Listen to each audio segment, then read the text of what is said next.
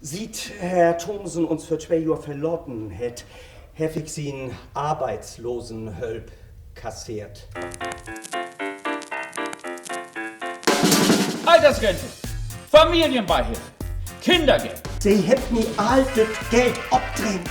Reha-Maßnahmen, Frührente, etliche Unfallrente. Was hast du bloß anstellt? Kein Panik.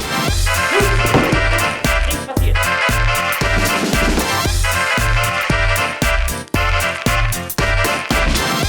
Hallo. Was ist denn mit dem los? Er ist tot. Er ist tot. Tot? Tot?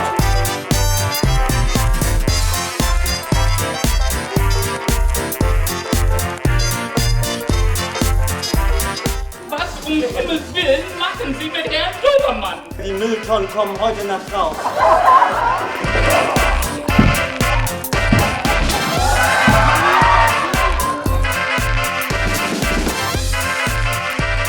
Frau Kuhlmann, Herr Jansen, Frau Kuhlmann, Frau Dierzen. Hört sich für mich logisch.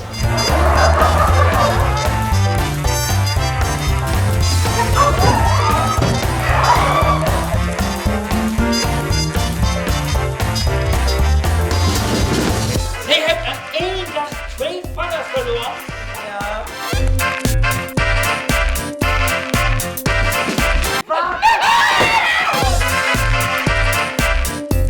Ein Albtraum, Norbert, ich will nur ruhen.